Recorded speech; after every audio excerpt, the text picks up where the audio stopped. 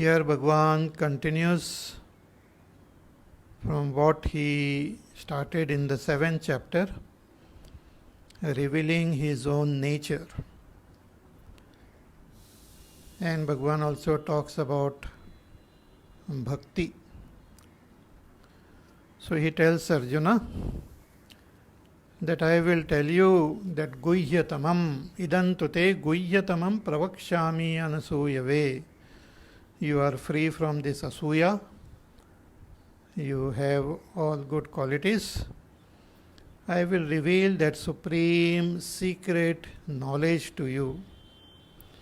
That knowledge along with experience. Jnanam vijnana sahitam. Yad jnatva mokshase ashubhat.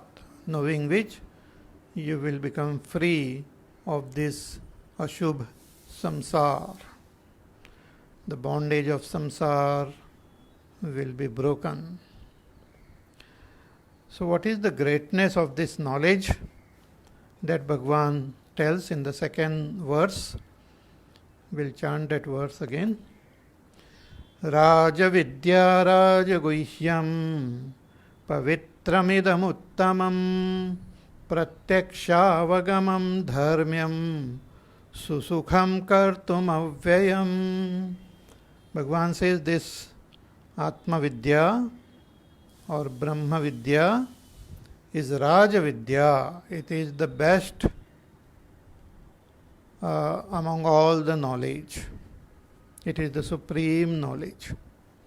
Because knowing this, we become free of all our bondage.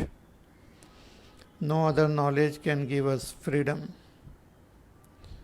All knowledge are about some aspect of this world. But this knowledge is of that supreme reality, knowing which one becomes free. So Raja Vidya, Raja Guhyam, it is the topmost secret, most mysterious, most wonderful knowledge.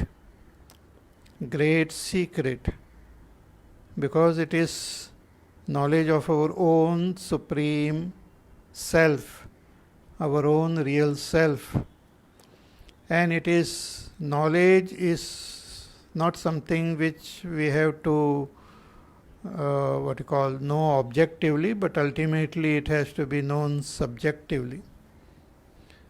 We have to be that Brahma which is indicated. We are that Brahma. So knowing this, we become that Brahma. Brahmavid Brahmaiva Bhavati. And with all our means of knowledge, we will not be able to comprehend this. Only when it is revealed by the teacher in the scripture, we come to understand it.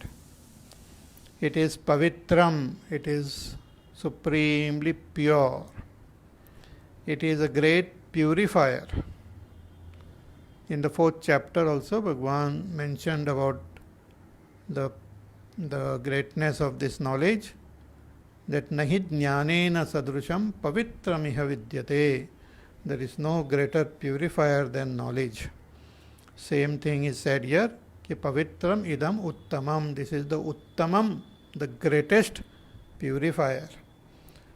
It purifies our antakarana and it removes the very root of all these impurities.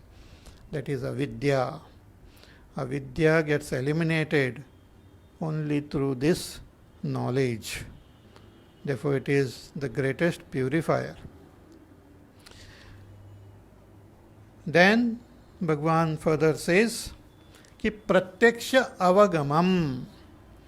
This knowledge is something which we can experience directly. It is not an objective understanding, it is a subjective realization. Direct pratyaksha anubhava.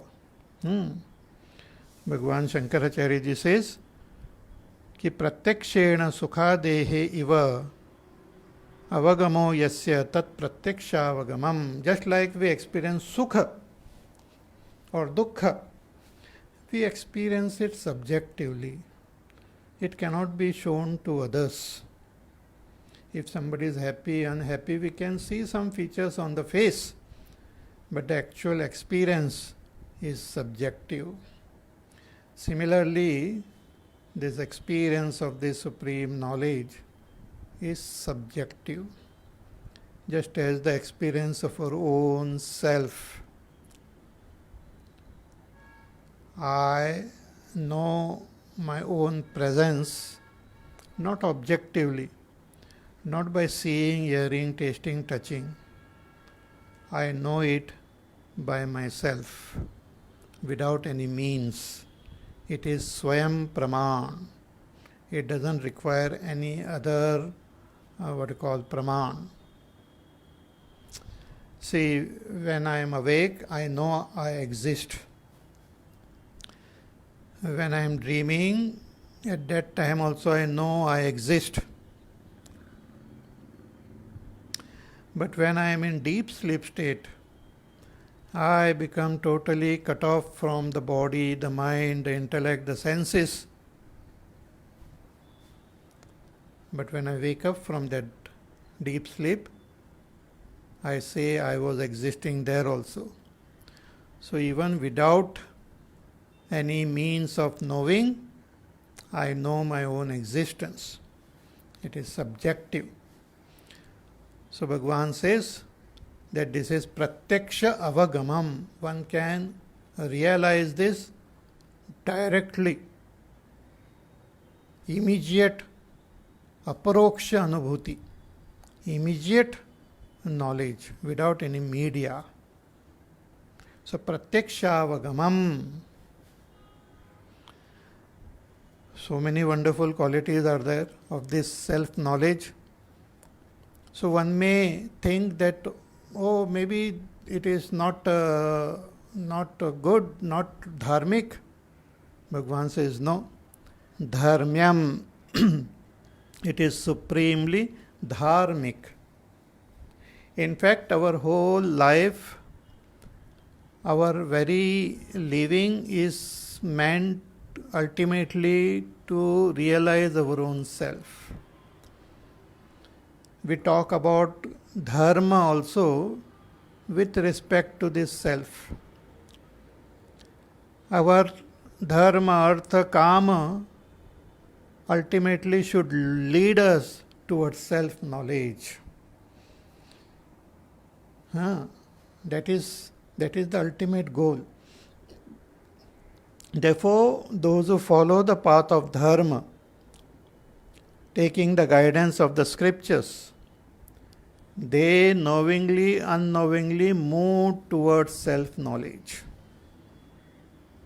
See, I had mentioned before also, the worldly constitution which are made in various countries, like we have our Indian constitution. The constitution mainly focuses on our life here in this world and mainly focuses on artha and kama. And dharma also in a way which is legal, etc. But the focus of the constitution is not to make us free from this samsara. The focus is not to give us that ultimate moksha. So even if we live your entire life following the constitution of the country, one is born ignorant, will definitely die ignorant also, to be born again. We will not become free of our karma bandhan following the constitutions of this world.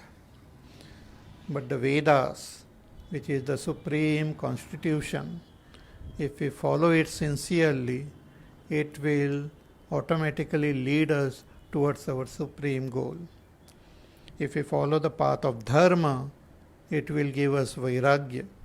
Even though we may begin by fulfilling our desires, but it will automatically lead to vairagya. Dharamate birati. And that will again lead to karma yoga, jnana prapti, karma sannyas, dhyana, and what we call jivan mukti. Therefore, this knowledge is dharmyam. It is in tune with dharma. It is not adharmic. This is particularly important because many people feel that if one person becomes spiritual, if he or she follows the path of spirituality, that person is selfish, that person is what you call abandoning the rules, regulation of this world, that person is doing something wrong. Nothing like that. Bhagavan says it is the most dharmic thing. If a person is fit and capable of following sincerely this path of spirituality, then that is the best, not only for that person, but it is best for the whole world. See, just as in the world, even one negative person can create a lot of turmoil and disturbance in the society. In the same way, on the contrary, a very good person can bring about balance and stability in this whole world. Ravan can disturb the world, but Sri Ram can bring that balance in the whole world. One negative person can disturb the world, but one positive person can again bring balance in the whole world. So it is dharmyam. This knowledge, self-knowledge, is the most dharmic. Then one may feel that, oh, so many wonderful qualities are there. So to acquire this self-knowledge must be the most difficult task. Must be very difficult. Dussadhyam, dussampadhyam. Very difficult to acquire. Might be very difficult to acquire. Bhagavan says no. Susukham. Susukham means very easy to follow and acquire this knowledge. Very, very easy. We have to just follow the route. Proper route as guided by Bhagavan, as guided by the scriptures. Then it is simple. So even when they have to climb a mountain, there are some routes, there are some ways which makes it very easy. So many people have climbed the Mount Everest also, the highest peak in the world. But even to climb that, if one follows that proper route, then it becomes easier.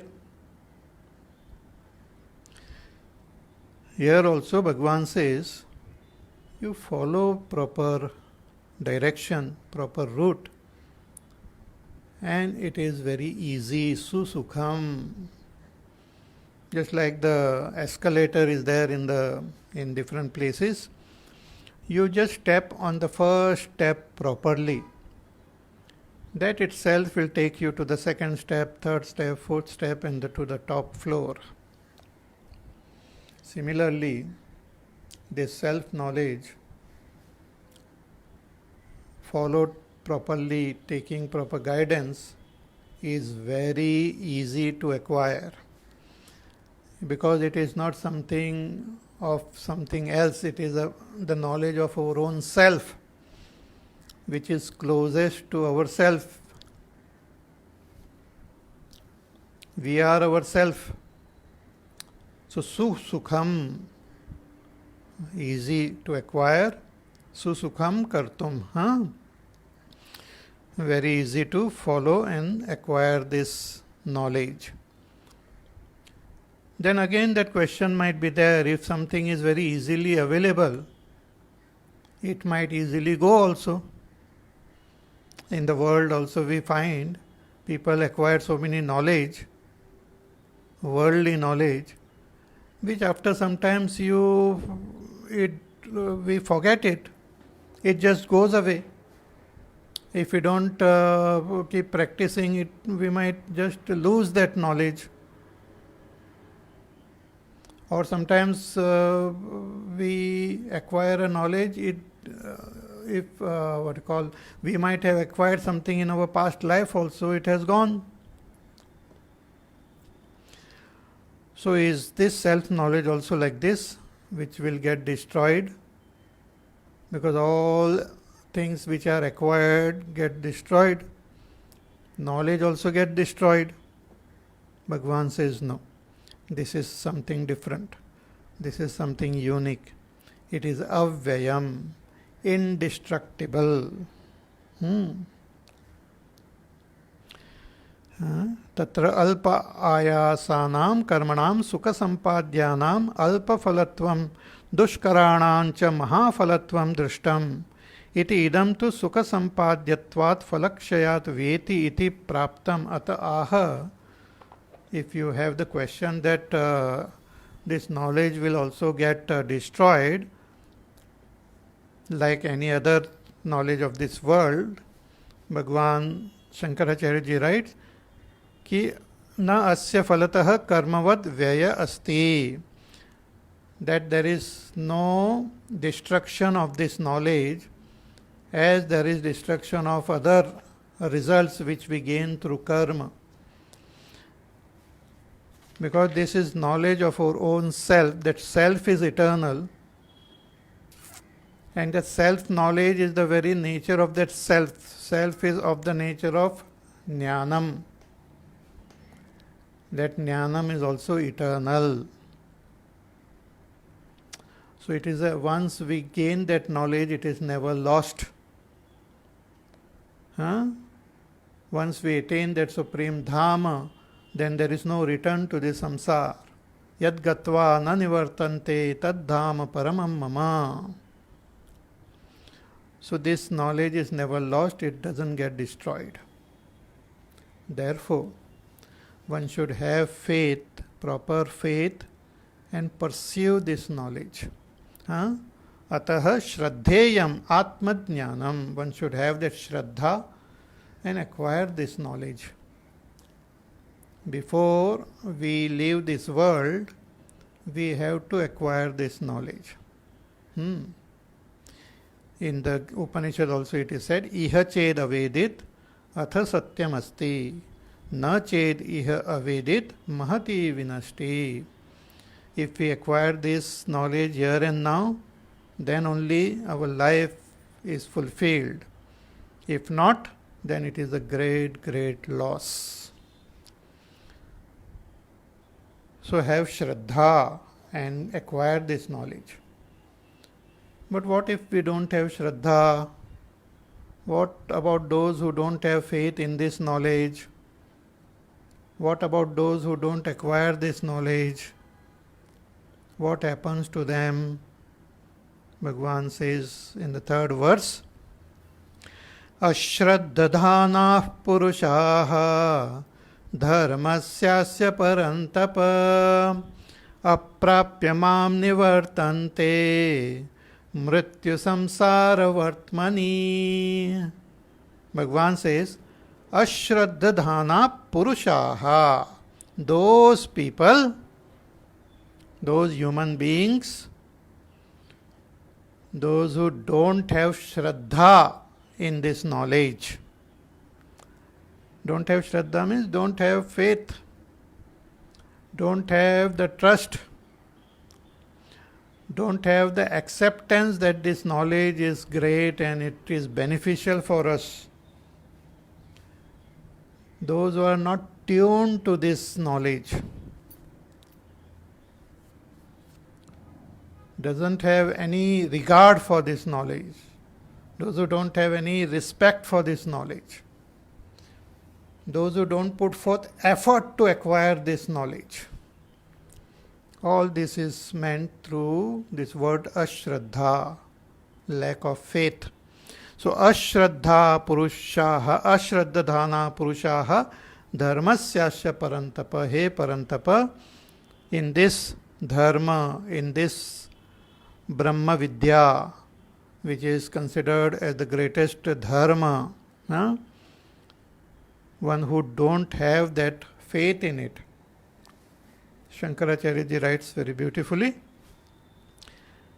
कि स्वरूपे तत्फले च नास्तिकाः, means those who don't have faith in the nature of this knowledge or the result which is indicated by this knowledge. It's so deep and so mysterious. One may not have faith in that knowledge, and this knowledge will give us moksha. One may not have faith in that moksha, or may not have faith that this knowledge can give us moksha. See, many people, they find it very difficult to comprehend this. How just knowing this I can become free. Many people feel that kuch to karna chahiye. We have to do something, we have to go somewhere, we have to modify something, we have to change something, we have to acquire something to become happy, to become free. The scripture says you have to just know to become free. Jnanat evatu kaivalyam. Know yourself, and the very moment you know, you are free. It's a great miracle.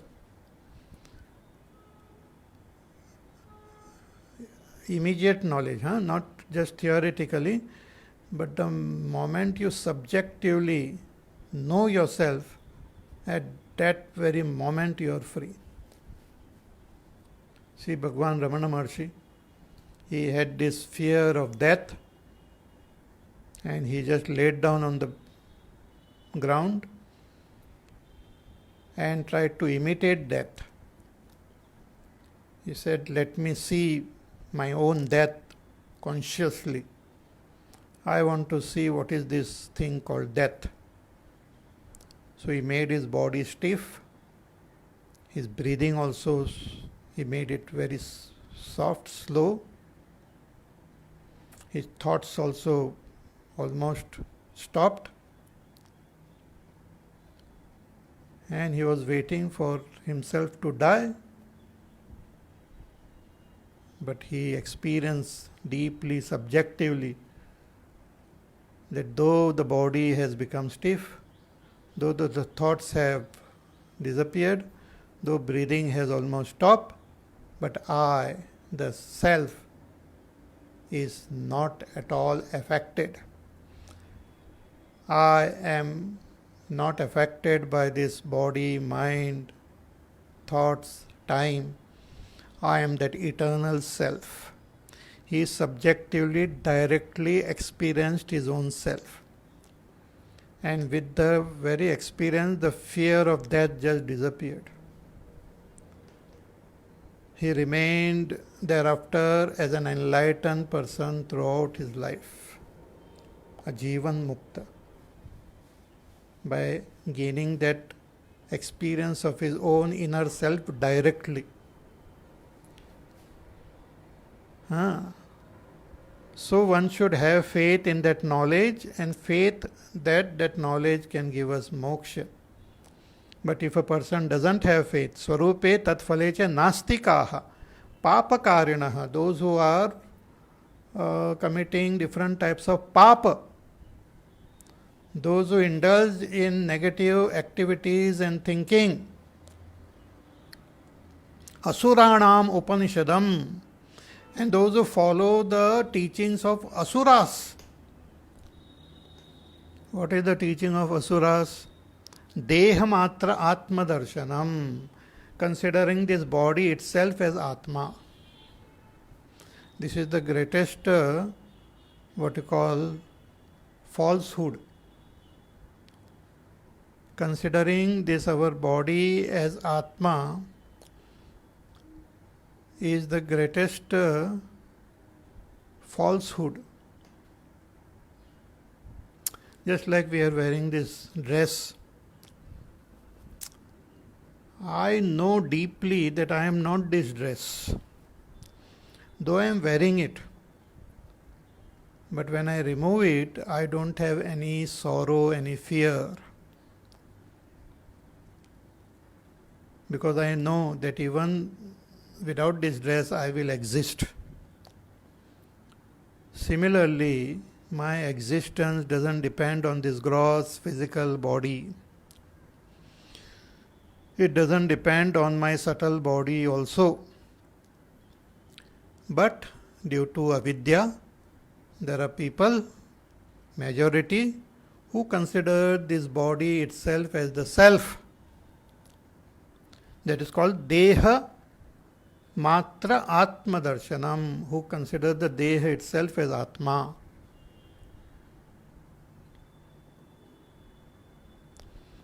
Such people, they don't have faith in self-knowledge. And Dehamatra Atmadarshanam eva pratipanna asutrupaha, and indulging in various types of sense pleasure. Bhagavan says, such people, Purushaha Parantapa Aprapyamam Nivartante. What happens to them?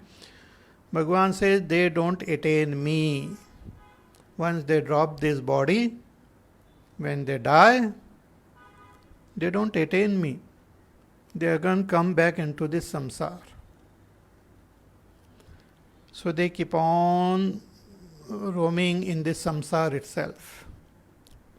Shankaracharya ji writes कि अप्राप्य माम परमेश्वरम मत प्राप्तो न एव आशंका इति मत प्राप्ति मार्ग साधन भेद भक्ति मात्रम अपि अप्राप्य इत्यर्थः. Forget about attaining me. Bhagavan says they will not attain me, but they will not even attain my bheda bhakti. They will not even attain my remote love for me. Forget about attaining me, that they will never attain, but they will not even attain proper love for me. Even a remote love based on duality, bheda bhakti also will not be there in them. So having proper faith in this knowledge is very important. Otherwise we will get stuck in this samsara. And it is not all the time under our control, our life. As a human being, for a short time, it appears that things are under our control and we can do something about it. But as other creatures, when we are born, we are helpless. We just are tossed here and there based on our karma. Therefore, one should strive to gain this knowledge. So, mrityu sansara vartmani mrityu yuktaha samsaro mrityu samsaraha tasya vartma naraka tiryagadi prapti marga tasmin eva vartanta ityartaha. Such people, they not only go to lower worlds like Naraka and all, but also acquire lower types of life forms like plants and animals and birds and all, where they cannot do any purushartha to gain moksha, get stuck in this samsara.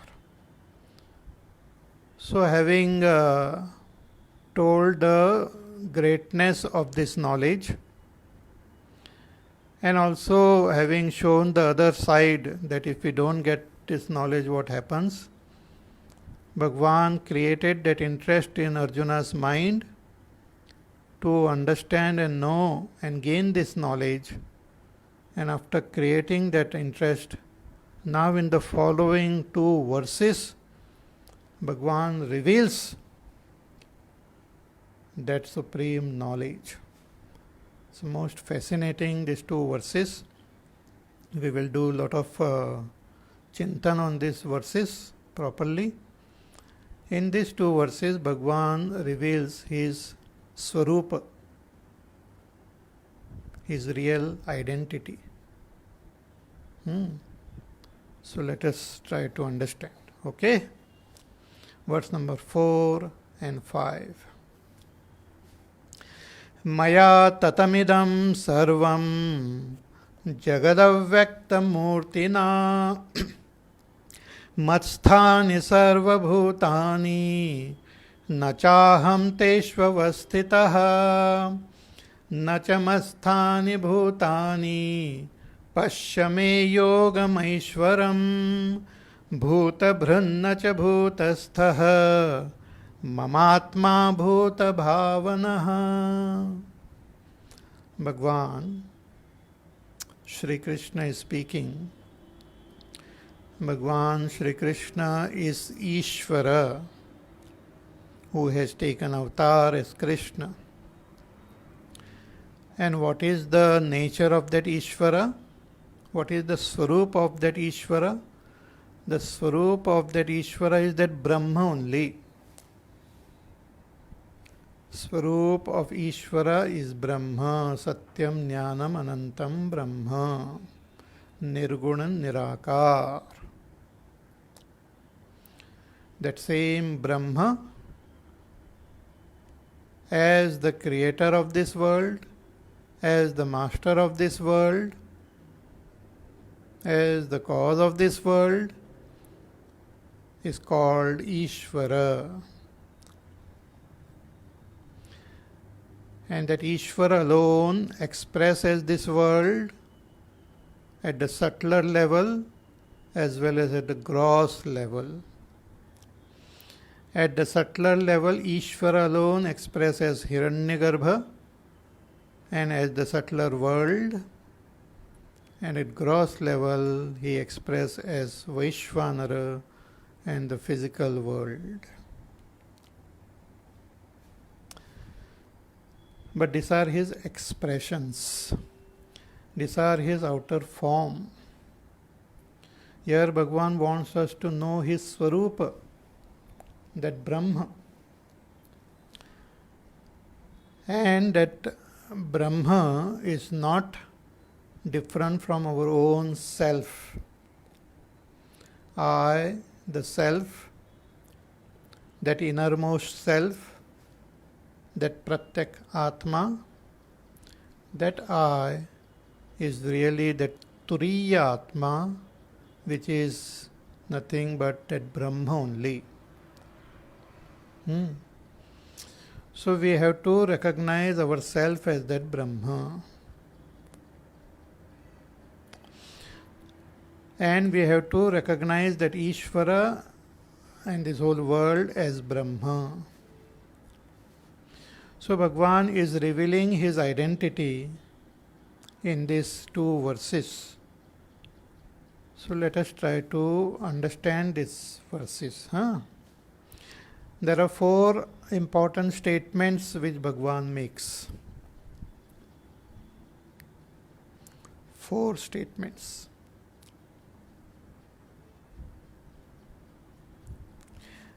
Through these four statements, he reveals his identity. But they are very subtle and very deep statements. So what is the first statement? Bhagavan says, Maya tatamidam sarvam jagat avyakta murtina. That is the first statement. Masthani sarva bhutani. That is the second statement. Nachaham teshu vastitaha. Nachaham teshva vastitaha. That is the third statement. Nachamasthani bhutani. That is the fourth statement. So first statement, here Bhagavan is talking about himself, but he starts from a very gross level, very understandable level, from the level of this world. We can know Bhagavan by looking at this world, because this world is expression of Bhagwan only.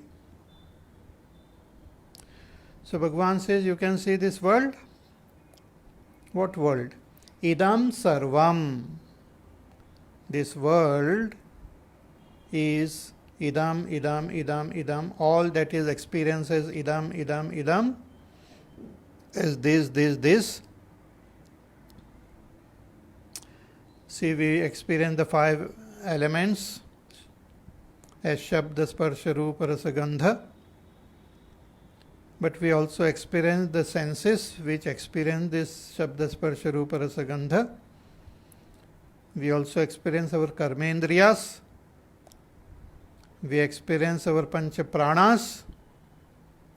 We experience our Antakarana, Chatushtaya. So this entire world which we experience is called Idam.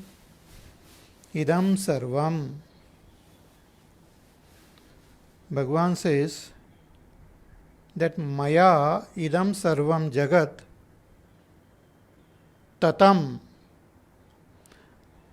The entire world, this entire world is Tatam by me.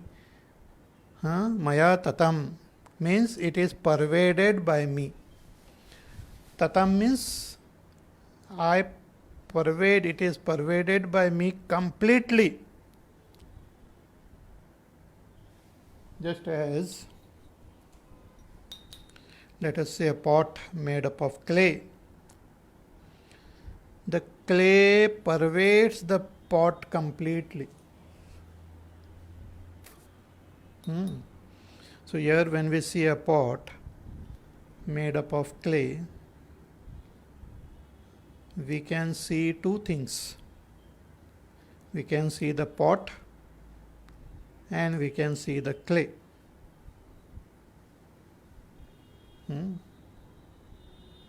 We can see the pot having a particular shape and we have given it a name pot. But we can also see the clay. So if we touch the pot, at every point we touch, we are touching the clay. If we look at the pot, at every point we look, we see the clay. If we hear the pot, we are hearing the clay. If we are smelling the pot, we are smelling the clay. If we are tasting the pot, we are tasting the clay. Therefore, we say the clay pervades the pot completely because the clay is the cause of this pot. Similarly, that Brahma pervades this whole world inside and out completely. Because that Brahma is the cause of this world. In the Brahma Sutra also, that Brahma is pointed out as the cause of this world. Janmadhyasya yataha. From where the Janma, Sthiti, Laya of this world happens, that is that Brahma. So Maya Tatam Idam Sarvam. But in this example of this pot and clay, with my eyes, I can not only see the pot, but with the same eyes, I can see the clay also. But in case of this world, there is one difference, that with the eyes, means with our senses, we can see the world, but we cannot see that Brahma. Brahma pervades this whole world, but cannot be seen. But it is the cause of this world. So how does it pervade? Avyakta murtina. Bhagavan says, in my avyakta, unmanifest form. Means I am present in this world, but I am unmanifest. I am present in each and every core, each and every point, each and every cell, each and every grain I am present. But I am not visible. In Ramayana also, Tulsidas ji has written, Hari Vyapak Sarvatra Samana. That Hari, that Brahma is Vyapak Sarvatra Saman, is pervading everything in the same way, homogeneously, but is apragat. Premate pragat hoi mai jana, but otherwise is apragat, unmanifest. Unmanifest means cannot be comprehended with any means of knowledge, but is present.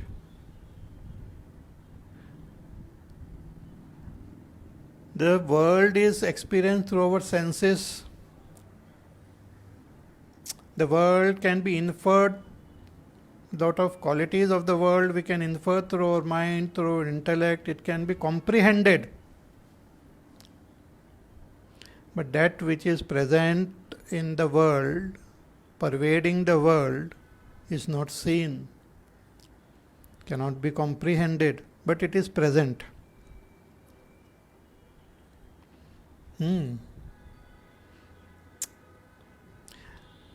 Also, when we look at the world, everything keeps on changing, but still the world continues to exist. Everything seems to be changing. Everything is seen to be changing. Everything is actually changing, but still the world continues to be existing. Great miracle. Generally, that which changes should get destroyed, but no. The world continues to exist, continues to change, and that which is pervading the whole world is not seen, is not experienced. It is avyakta. So that is the first statement Bhagavan makes, कि I am present in this world in my unmanifest form. I am present everywhere. I pervade everything. Maya tatam idam sarvam jagad avyakta murtina. That is the first statement. Then the second statement Bhagavan makes, कि मत्स्थानि sarvabhutani. Bhagavan says, sarvabhutani, all beings. This world is nothing but made up of so many different beings.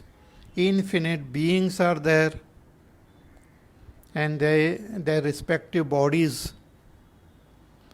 Infinite beings with their respective bodies alone is this world. See, like our own body. We say, I am there, I am alive, I am in this body.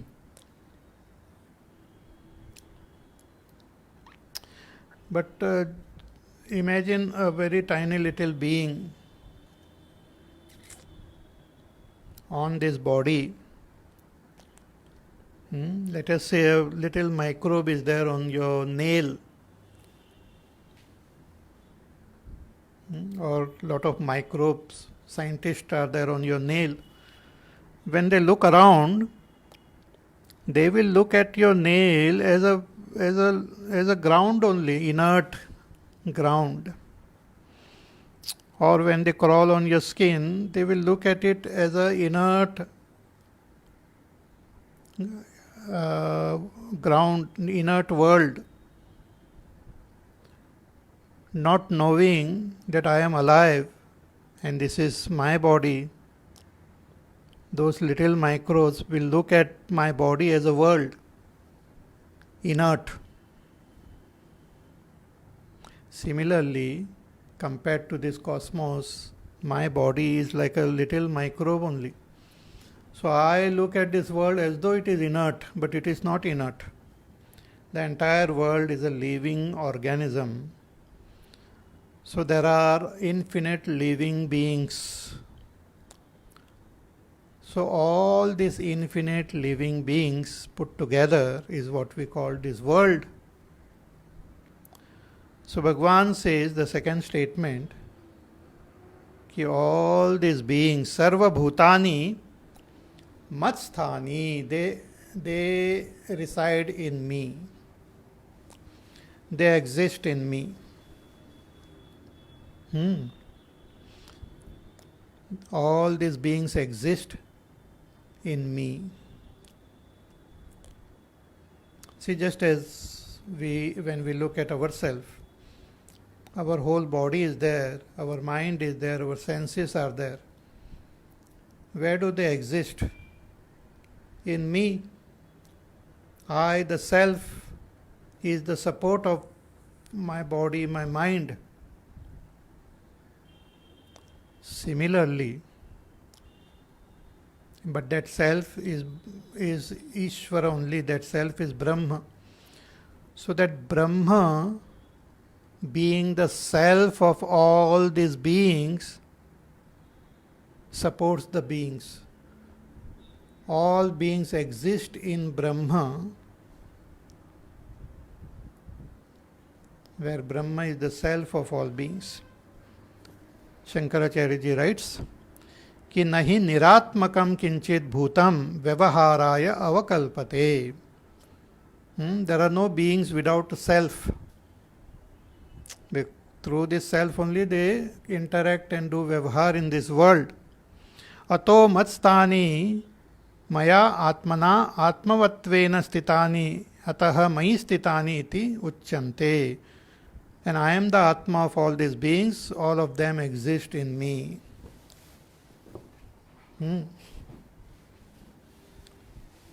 So two statements now. I pervade the entire world in my unmanifest form, that is first statement. All beings exist in me, that is the second statement. This appears to be understandable and simple. Now the third and the fourth statements are totally mind-boggling. The third statement Bhagwan makes, nachaham teshu avastitaha. He says that I don't reside in them. Oh, just now he said all these beings reside in me. I pervade the whole world. But this third statement Bhagwan says, I don't reside in them. Shankaracharya ji writes, कि तेषां भूतानाम् अहमेव आत्मा इति अतः तेषु स्थितः इति मूढ़बुद्धीनाम् अवभासते. Since Bhagwan said that I am the Atma of all beings, so naturally a person will think that Bhagwan resides in all beings. He says, no, ataha bravimi nacha aham teshu bhuteshu avastitaha. I am not in those beings. Murtavat sanslesha bhavena akashasya api antaratamo hi aham. How come you are not in being? Because I am subtler than even Akash. And that which is subtler is free from all attachment, free from all contact. Such a thing doesn't exist, doesn't reside in grosser things. Okay, I will make it more clear. For example, this pot. The clay is pervading this pot, and the pot exists in clay. The clay pervades the pot, and the pot exists in clay. Okay? Now see, a great wonder. Suppose I break the pot. When I break the pot, will the clay also gets broken? Will it break the clay? No. Though the clay exists in the pot, though the pot exists in the clay, but the breaking of the pot will not create any change in the clay. The clay will not be affected by the changes happening in the pot.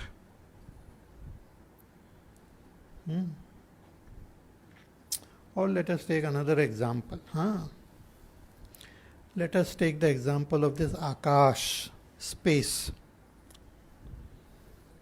Now space also pervades this pot. Space pervades this pot, and the pot exists in space. But when you break the pot, nothing happens to space.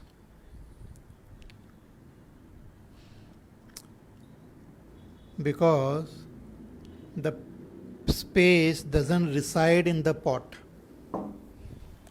Means there is something which is there in that pot which is different, which appears to be different from the clay. What is the difference?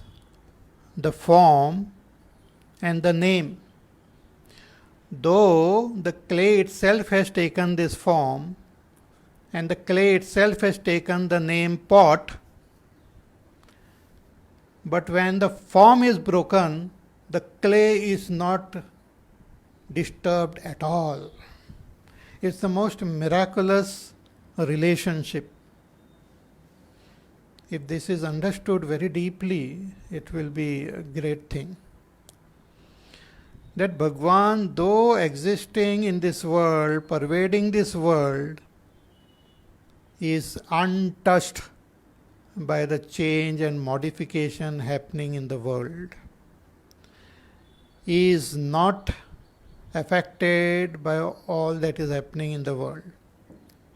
Means the nature of this world is not the nature of Ishvara. The world is limited, the world is inert, the world is changing, the world is full of sorrow, the world is full of impurities. Bhagwan is not affected by all this. Though he pervades the world, though he is the very support of this world, but he is not existing in the world as we understand. So, na cha aham teshu avastitah. And the fourth statement, we will contemplate on this more tomorrow, but fourth statement which Bhagwan makes, it is even more mind-boggling. What? Bhagwan says, Nachamasthani bhutani. Bhagwan says, in me there are no beings. There is no world, there are no beings. Arey, what is this? In me there is no world, means in me there are no beings. Nachamasthani bhutani. Four statements. The first two statements appears very logical, very understandable.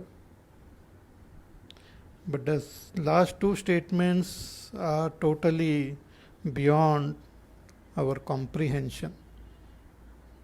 But all these four statements are true.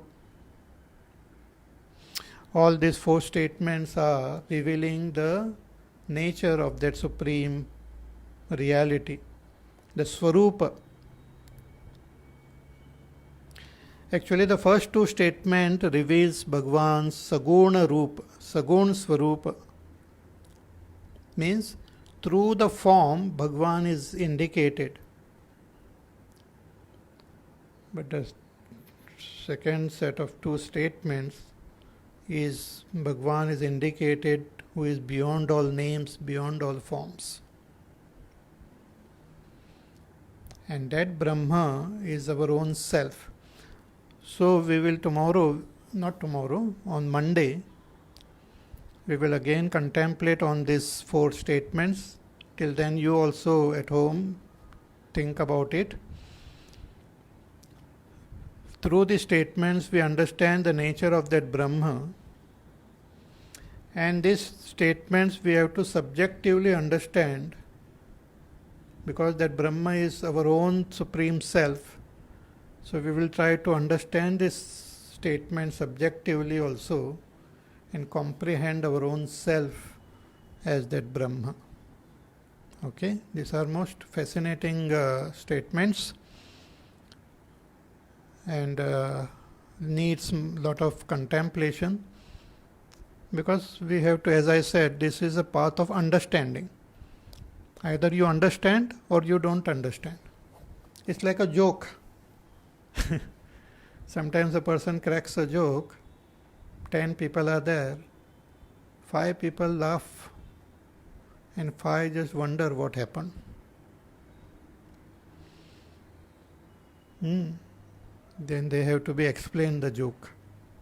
That itself becomes another joke.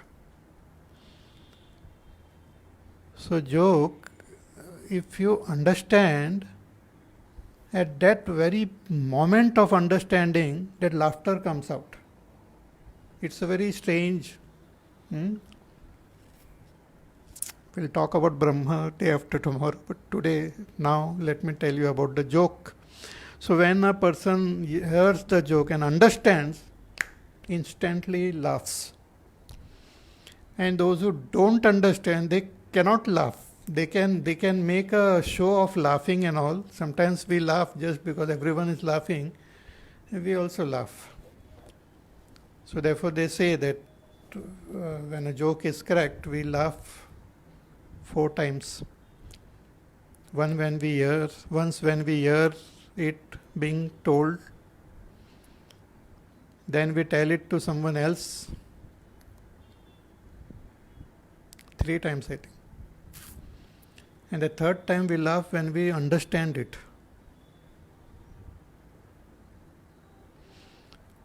Similarly, this truth which is revealed about Brahma, either you understand or you don't understand. There is no in between, like, oh, I have understood little. Therefore, one has to think again and again. Though we might feel that, oh, I think I have understood. No, think again. Contemplate. Deeply comprehend it. So that we will do in our class day after tomorrow. Till then, you take care. Be happy, safe, peaceful. Do your work, do your sadhana. And I will give you some questions to ponder and contemplate and answer.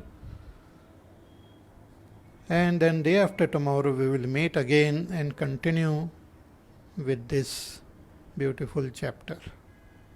Okay? Hari Om. Shri Ram Jaya Ram Jaya Jaya Ram. Shri Ram Jaya Ram Jaya Jaya Ram. Shri Ram Jaya Ram Jaya Jaya Ram. Shri Ram Jaya Ram Jaya Jaya Ram. Shri Ram Jaya Ram Jaya Jaya Ram. Shri Ram Jaya Ram Jaya Jaya Ram. Shri Ram Jaya Ram Jaya Jaya Ram. Shri Ram Jaya Ram Jaya Jaya Ram. Shri Ram Jaya Ram Jaya Jaya Ram. Shri Ram Jaya Ram Jaya Jaya Ram. Shri Ram Jaya Ram Jaya Jaya Ram. Shri Ram Jaya Ram Jaya Jaya Ram. Shri Ram Jaya Ram Jaya Jaya Ram. Shri Ram Jaya Ram Jaya Jaya Ram. Shri Ram Jaya Ram Jaya Jaya Ram. Shri Ram Jaya Ram Jaya Jaya Ram. Shriram जय राम जय जय राम जय जय राम जय जय राम। बोले सियावर रामचंद्र भगवान की जय। ओम पूर्णमदः पूर्णमिदं पूर्णात् पूर्णमुदच्यते पूर्णस्य पूर्णमादाय पूर्णमेवावशिष्यते। ओम शांति शांति शांति। हरि ओम श्री गुरुभ्यो नमः। हरि ओम।